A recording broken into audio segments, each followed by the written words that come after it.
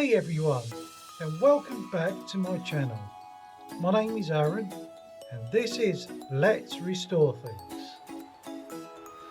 Well, today we are getting into the absolute heart of the engine, the crankshaft. As you can see, I've got two of them laid out on my desk here. I've got two different con rods as well. This one here being an original Aprilia RS125 part. This one here is the best one you can get from ITALKIT. What we will be going through is the weights of the actual differences between the two crankshafts and the weights and differences between the two con rods as well. But this isn't just any comparison. We are diving deep into the ultimate showdown, the original Rotax 122 OEM crankshaft versus the ITALKIT CB01122R competition crank. This is a vital decision for everyone restoring an RS125, and the choice you will make defines the entire project. Now, the Rotax 122 is a legend. It powered the Aprilia RS125 from 97 onwards and is a testament to two-stroke engineering. The original OEM crankshaft is a solid, proven component. It was designed for one thing: reliability, long-term service in the stock engine. It was built for mass production, balancing performance with durability at a cost. Well, the original crankshaft assembly weighs around 2.5 kilos. I put my kitchen scales out just to check it out.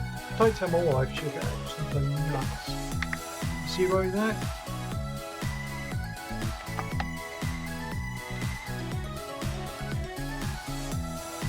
And it says 2.4 kilos, we're 2.432 kilos. Okay, so the replacement ITALKIT one, let's have a look at that.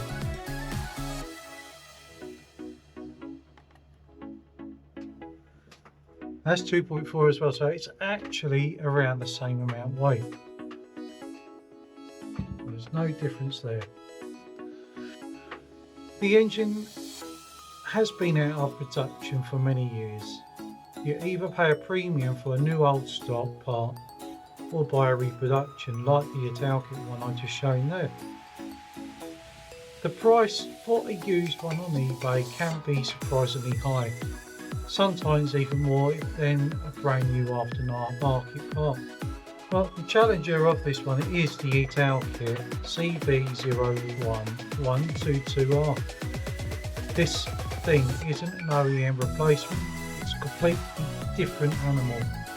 This is purpose built for high performance and designed for what ITALKIT calls maximum preparation. So this flywheel is available in two different flavours. You can see this con rod here. It's got the markings CN521 and it's got a laser marking saying ITALKIT on the side. Or this other one here. As you can see, it says ITALKIT here. It's nicely polished, and I wish I could have weighed that one there compared to this one here, but I can't see it being much. You know, it'll be very small difference, I imagine, but this one's been finished better.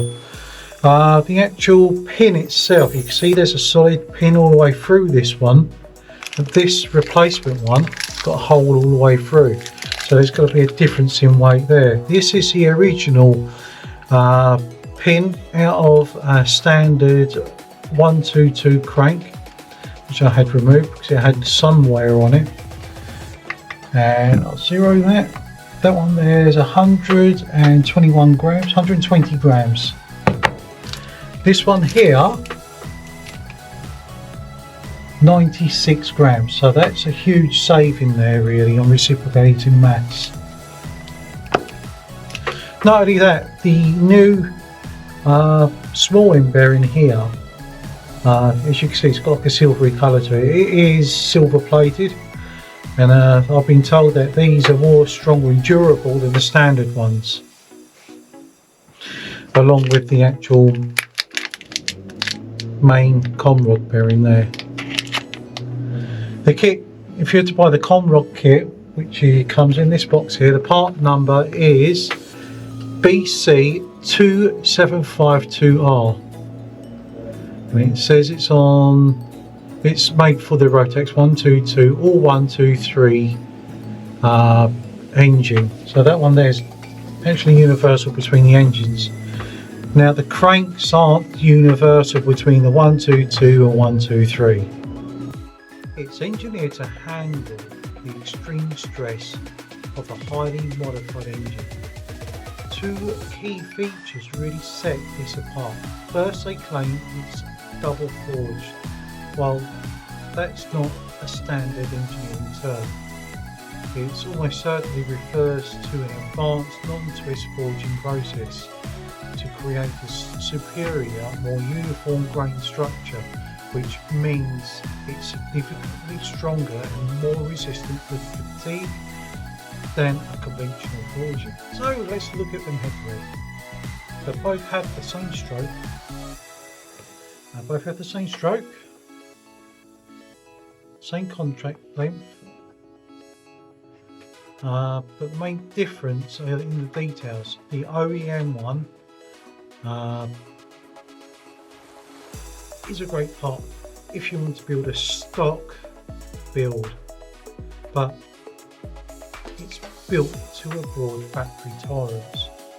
The ITALKIT one, with its processes and machine rod, is superior starting point for many performance builds. I'm quite impressed about this, to be honest.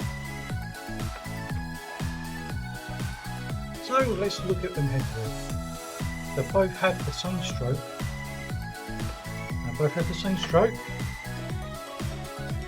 Same contract length. But the main difference are in the details. The OEM one is a great part if you want to build a stock build, but it's built to a broad factory tolerance. The ITALKIT one, with its processes and machine rod, is superior starting point for many performance builds. I'm quite impressed about this, to be honest. So the next thing that comes into the thing is the price. The price is the interesting point. An OEM crank is incredibly scarce and expensive. The ITALKIT is really easy to get hold of from performance suppliers like PJME, for example, in the UK, and any performance base in Spain, I imagine, and they're quite popular in Italy as well. You can also get a longer rod, which is longer by 5mm. If you were to fit that, you'll have to put a spacer in between the cylinder and the actual, between the cylinder and the base head to take up the extra room.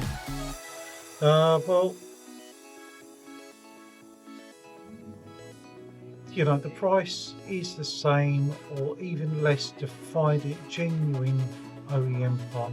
So the choice isn't about quality, it's about values and availability. Now, the most important takeaway, the crankshaft is the only part of the story. You can have the best crank in the world, but if you don't install it correctly, it's going to fail. First, you'll have to choose the right bearings. For the Rotex 122, you will absolutely must use a C4 clearance bearing with no seals. The fuel air mixture lubricates and seals the bearing. If you have sealed bearings, the bearing will fail within no time and will destroy your engine. So bear that in mind. Excuse the pun. If you were to get the OEM rebuilt by putting in, say, one of these conrods in there, or even a similar conrod, you must get it trued correctly. If you fail to dial it in properly, you'll have excess vibrations or binding within the engine. And if it's slightly out and it does run, you may have more vibrations than you would desire, to be fair. So try to get all this dialed out beforehand. I would personally take it to PG&E or anywhere like that who could rebuild this for you. And finally, never use a hammer to sink the bearings inside the actual onto these. Use the correct measurement. Use correct methods to do this, otherwise you'll just ruin your engine. New bearings are expensive, especially the crank. You don't want to put that back out after getting it trued. So what is my final recommendations for you lot? Well, I don't have one. The answer depends entirely upon what your project goals are. For a faithful stock spec restoration, use an OEM crank is the logical route around doing this, and have a period correct choice. This is if you're purist, and that is the part for you. Well, my opinion is one of these, but personally, with one of these installed. That's because I'm building for the future, and well, for a performance street bike or race bike, the ITALKIT is the unequivocal. So the ultimate showdown is really a philosophical one. Are you restoring the past, or are you building the future? Let me know in the comments which one you're choosing, why. Thanks for watching, and I'll see you in the next one. Give me a thumbs up and a subscribe. Thank you so much for taking your time.